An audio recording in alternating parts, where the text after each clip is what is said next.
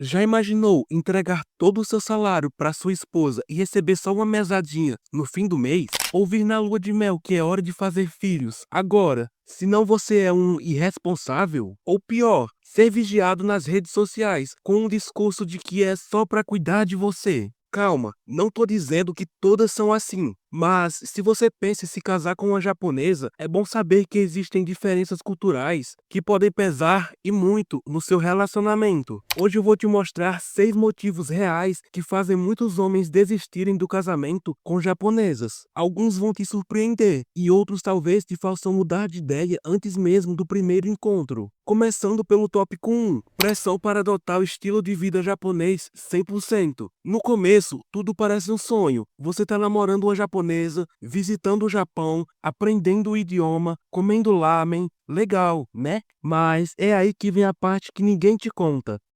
Para muita gente no Japão, inclusive algumas famílias mais tradicionais, se você é estrangeiro, precisa se adaptar 100% ao estilo de vida deles. E não é só sobre costumes básicos, tipo tirar o sapato para entrar em casa. É sobre mudar completamente quem você é. Você pode começar a ouvir que deveria falar só japonês dentro de casa, parar de comer a comida do seu país, abandonar crenças, religião, até certos hábitos do seu jeito de viver. E se por acaso quiser manter alguma coisa da sua cultura, corre o risco de ser visto como alguém resistente ou que não respeita a tradição. O problema é que, com o tempo, isso vira uma cobrança silenciosa. Você vai abrindo mão de uma coisa aqui, outra ali, até começar a perder a sua identidade. E pior, tudo isso para manter um relacionamento onde só um lado se adapta, o seu. O resultado? Um desequilíbrio emocional que vai crescendo junto com a sensação de que você tá sempre ficando para trás. Tópico 2. Ciúmes disfarçado de cuidado.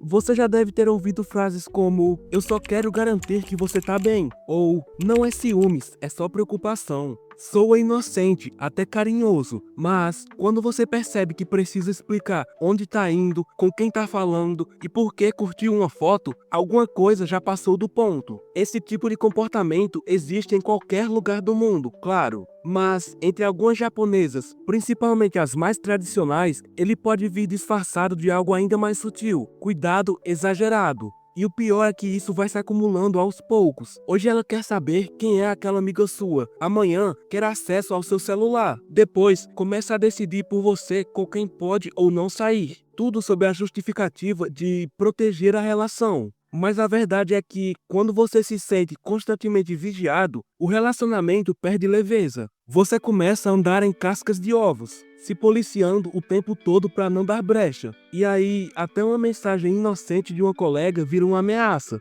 Isso suga sua energia. Você vai se fechando, deixando de fazer coisas simples, e o relacionamento vira quase um contrato de obediência. O amor saudável exige confiança, e quando o ciúmes vira rotina, ainda que disfarçado de cuidado, a confiança simplesmente desaparece, e junto com ela vai embora a liberdade que todo relacionamento deveria ter. Tópico 3. Cobrança estética constante. O Japão tem uma cultura fortemente focada na aparência. Desde cedo, todos são ensinados a valorizar não só a saúde, mas a estética, a magreza, a pele perfeita e um estilo sempre impecável. E adivinha, essa pressão não se aplica apenas às mulheres, mas também aos homens, incluindo os parceiros delas. Na prática, isso significa que você vai sentir uma cobrança constante sobre a sua aparência. Ela vai querer que você se vista bem o tempo todo, se preocupe com sua pele, mantenha o peso e, claro, cuide do cabelo e da barba. Isso inclui até ser recriminado se você estiver com a barba grande ou o cabelo bagunçado. E não é incomum ela te corrigir de forma sutil, tipo, abre aspas, você precisa cuidar mais do seu estilo, fecha aspas. Pode até reclamar se você andar torto ou não estiver com a postura perfeita. Essa pressão não é só sobre a aparência exterior, ela também pode começar a afetar como você se vê dentro do relacionamento. A cada vez que você escuta uma crítica, a confiança vai diminuindo.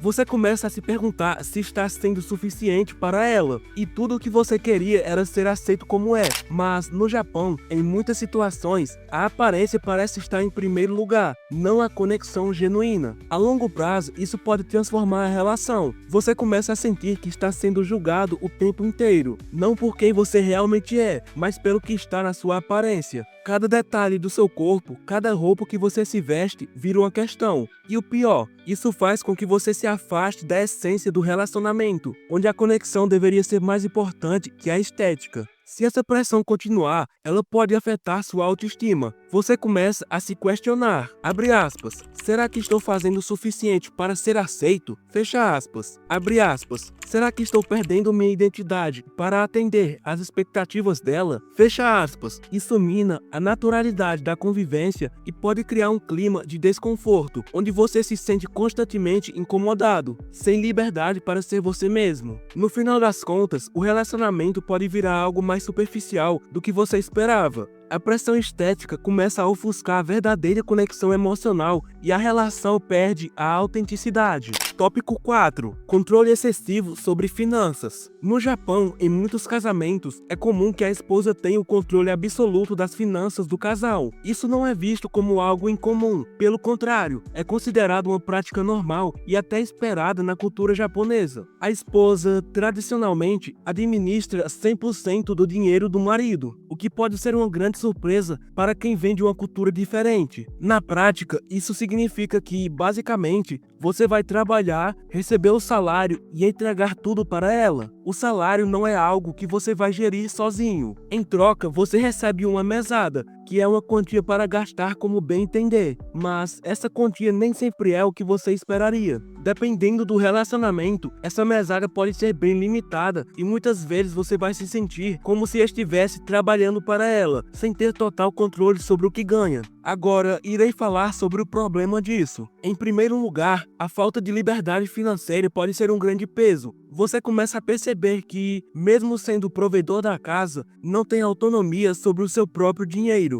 Cada gasto, cada compra, precisa ser aprovada ou planejada em conjunto com ela. Isso pode te deixar com a sensação de que você não tem espaço para decisões financeiras próprias, o que pode ser frustrante para muitos. E aqui vem o grande problema. Se, por acaso, houver uma crise no casamento, você pode acabar ficando sem recursos. Afinal, se o controle do dinheiro está todo nas mãos dela, você corre o risco de ficar sem acesso ao que tem. Isso pode levar a uma sensação de impotência, onde, além de lidar com a crise emocional, você também enfrenta a limitação financeira. Sem poder de decisão, você pode se sentir como um funcionário dentro de sua própria casa, sem liberdade para agir conforme suas próprias necessidades. Essa dinâmica pode gerar uma sensação de desconforto e até de dependência. O controle excessivo das finanças pode minar sua sensação de liberdade, e, com o tempo, isso pode se tornar um grande ponto de tensão do relacionamento. Tópico 5. A pressão para ter filhos logo após o casamento. Na cultura japonesa, um dos aspectos mais marcantes é a expectativa de que o casamento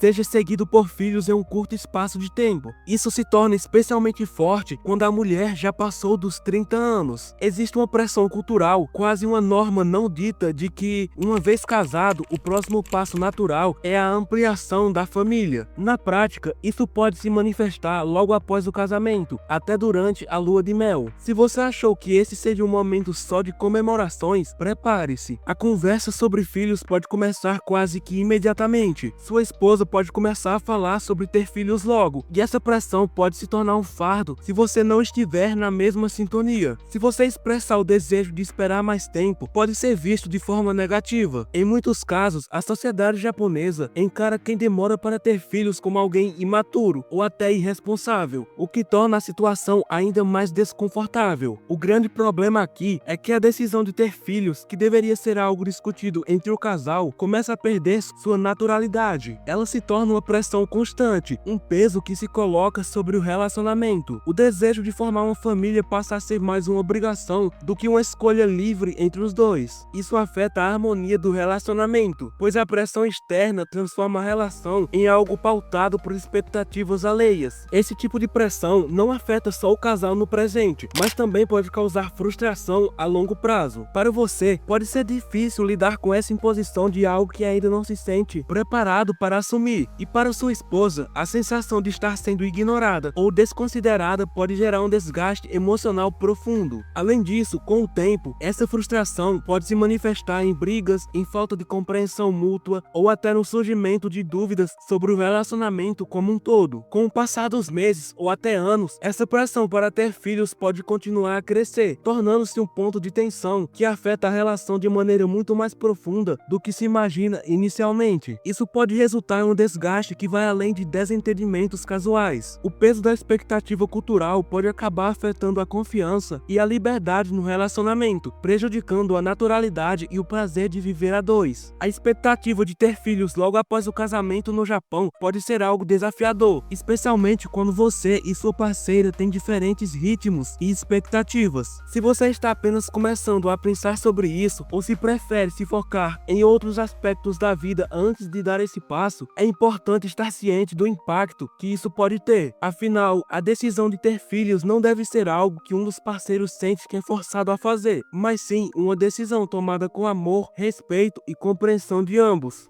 Tópico 6. A cultura do gaman. No Japão, existe um valor profundamente enraizado na sociedade chamado gaman, que traduzido para o português significa algo como suportar em silêncio ou aguentar com paciência. A ideia por trás disso é que as pessoas, especialmente dentro de um relacionamento, devem ser capazes de enfrentar dificuldades sem reclamar, como uma forma de mostrar maturidade e honra. Em muitas situações, ser resiliente e não demonstrar sinais de fraqueza é visto como virtude. Na prática, isso pode ser especialmente complicado em um casamento. Sua esposa pode estar passando por dificuldades, mas ao invés de compartilhar ou discutir abertamente o que está acontecendo, ela pode optar por esconder seus sentimentos. Ela pode estar infeliz, mas vai engolir a frustração e seguir vivendo como se tudo estivesse bem. Isso pode acontecer por diversas razões culturais, como a pressão para manter a harmonia no relacionamento e a expectativa de que problemas pessoais devem ser enfrentados de forma solitária e discreta. O problema surge quando você, por fora, acha que tudo está bem, porque ela nunca expressou seus sentimentos de forma direta. Você pode não perceber que há algo errado até que, de repente, ela pareça distante ou desinteressada. É como se você estivesse vivendo uma mentira, sem perceber que a realidade era completamente diferente da que você imaginava. No pior dos casos, essa situação pode levar a um rompimento inesperado, onde você descobre de maneira dolorosa que ela já não quer mais estar com você. E o mais complicado, você nunca teve a chance de resolver nada, porque ela nunca falou sobre o que estava acontecendo. Isso gera ressentimentos que se acumulam ao longo do tempo. Ela vai guardando suas frustrações e você, sem saber o que está acontecendo, acaba sendo surpreendido quando a bomba explode. Esse tipo de comunicação falha, onde os sentimentos não são compartilhados e os problemas não são discutidos, pode ser extremamente desgastante e prejudicial para o relacionamento. O gaman pode até ser uma virtude em muitas situações da vida, mas em um casamento onde a comunicação aberta e honesta é essencial, essa cultura pode se transformar em um grande obstáculo. Por mais que a ideia de suportar em silêncio possa parecer admirável para algumas pessoas, em um relacionamento, isso muitas vezes resulta em sentimentos reprimidos, falta de resolução de problemas e, eventualmente, em uma crise emocional que pode ser difícil de superar. Tópico 7. Demonstrar afeto em público é incomum. No Japão, existe uma forte expectativa sobre como as pessoas devem se comportar em público, especialmente em relação a demonstrações de afeto. Aqui, expressar carinho de forma pública é muitas vezes visto como algo impróprio, imaturo ou até mesmo constrangedor. Ao contrário de algumas culturas mais abertas, onde um simples gesto, como segurar a mão ou um beijo rápido, são comuns, no Japão, isso pode ser interpretado como algo excessivo ou desrespeitoso. Na prática, isso pode significar que sua esposa, por exemplo, pode se recusar a segurar sua mão em público, ou até mesmo evitar beijos ou declarações de amor diante de outras pessoas. Já pensou em não poder dar um simples sorvete na boca para sua esposa ou namorada no meio da rua? Algo que pode parecer totalmente normal para você, mas que no Japão poderia gerar desconforto ou até constrangimento. A ideia de manter uma imagem de seriedade e compostura prevalece, e isso pode ser difícil de entender para quem vem de uma cultura onde o afeto público é algo natural e esperado. O problema com isso é que, aos poucos, você começa a sentir uma falta de conexão emocional. Você pode começar a se questionar se o amor dela é real ou se ela está apenas cumprindo uma formalidade. Às vezes, o simples "eu te amo" pode ser raro, se é que é dito. Isso pode gerar insegurança, especialmente se você vem de uma cultura onde os gestos de carinho são mais frequentes e aceitos. sentimentos. A ausência de demonstrações públicas de afeto pode fazer com que você se sinta desconectado, como se o relacionamento estivesse apenas na superfície e não tivesse a profundidade emocional que você esperava. Essa falta de expressões de afeto pode esfriar a relação ao longo do tempo, tornando tudo mais distante e mecânico. Você pode se pegar buscando maneiras de se sentir mais próximo, mas sem saber como quebrar essa barreira cultural. O que parecia um sonho, com a promessa de um romance lindo, pode se transformar em uma relação onde a expressão de sentimentos fica apenas no privado e você sente que falta algo muito importante: a troca constante de carinho e atenção. Agora, o último tópico que quero falar contigo é a pressão social por perfeição. No Japão, existe uma pressão enorme para que as pessoas mantenham a aparência de perfeição, especialmente em público. Há uma obsessão coletiva por não cometer erros, não envergonhar os outros e manter a compostura o tempo todo. A ideia é que a maneira como você se comporta, se veste, até mesmo como você reage, reflete diretamente na sua família e nos seus relacionamentos. Isso significa que você, em muitos momentos, pode ser cobrado para se vestir sempre bem, evitar gestos exagerados como rir alto ou expressar emoções de forma muito evidente. Na prática, isso pode significar que cada coisa que você faz é observada e julgada, não apenas por você, mas também pelas pessoas ao seu redor. Tudo o que você fizer pode ser interpretado como uma extensão do que a sua parceira representa. Isso pode incluir